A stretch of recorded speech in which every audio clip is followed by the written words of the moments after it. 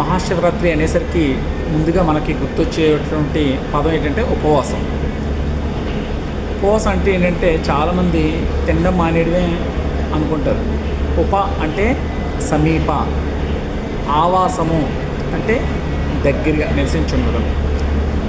ఎవరికి దగ్గరగా నివసించుండాలి అంటే భగవంతునికి దగ్గరగా ఉండగలగాలి. అంటే మరి తినడం మానేయడం అన్నది ఎందుకు వస్తుందంటే, ఎప్పుడైతే మనం తీసుకున్నటువంటి ఆహార పదార్థాలు కనీసం వారానికి ఒక్కసారైనా సరే మనం ఆహార పదార్థాలని తీసుకోకపోవడం వల్ల మన శరీరంలోని జీర్ణ వ్యవస్థకి కొంత రిలాక్సేషన్ దొరుకుతుంది. సో కాబట్టి మన పెద్దలు మనకి ఏం చేశారంటే అలవాటు ఏం చేశారంటే లంకనం పరమౌషధం. లంకనం పరమౌషధం. అనేక రకాలైన అనారోగ్యాలను దూరం చేయడానికి ఒక బెస్ట్ మెడిసిన్ ఏంటంటే ఉపవాసమే. కాబట్టి పురాణాల్లోని దీనికి ఉన్నటువంటి ఫలితాలు దీనికి ఉన్నాయి.